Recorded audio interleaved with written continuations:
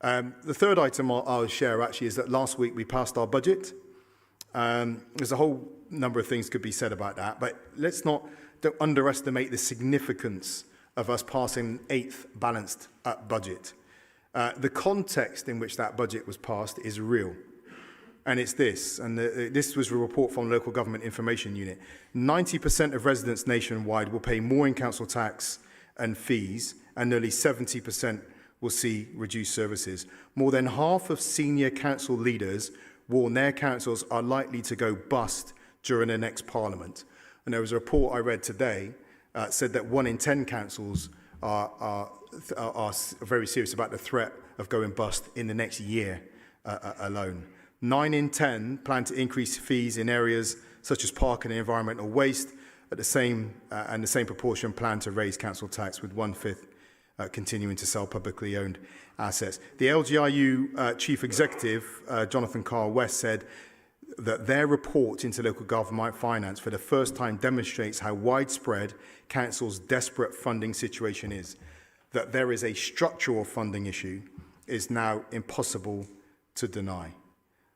So the context for bringing forward a balanced budget, against that, when even today on the national news we've heard about Birmingham and Nottingham facing major financial challenges after their 114s, filing 114s is really relevant, with actually with the Birmingham's council tax going up 21%. But on that as well as the context, I want to talk about how we handled it here.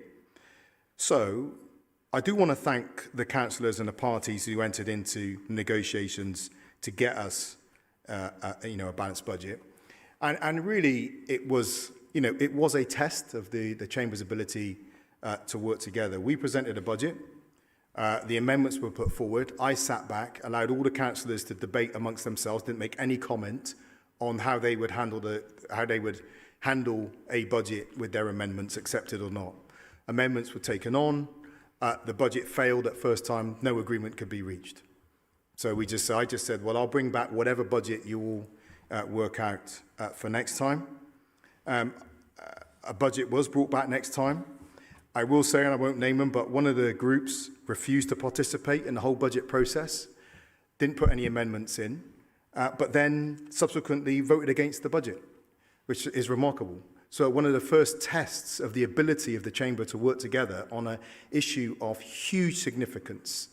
One of the groups that has been most vocal in collaborative working just refused to participate in the discussions of the council's budget and then voted against that budget, which, if we don't pass a balanced budget, we end up in all sorts of financial and legal problems as an authority. And it has massive consequences, not just for the council, but for our wider city partners as well.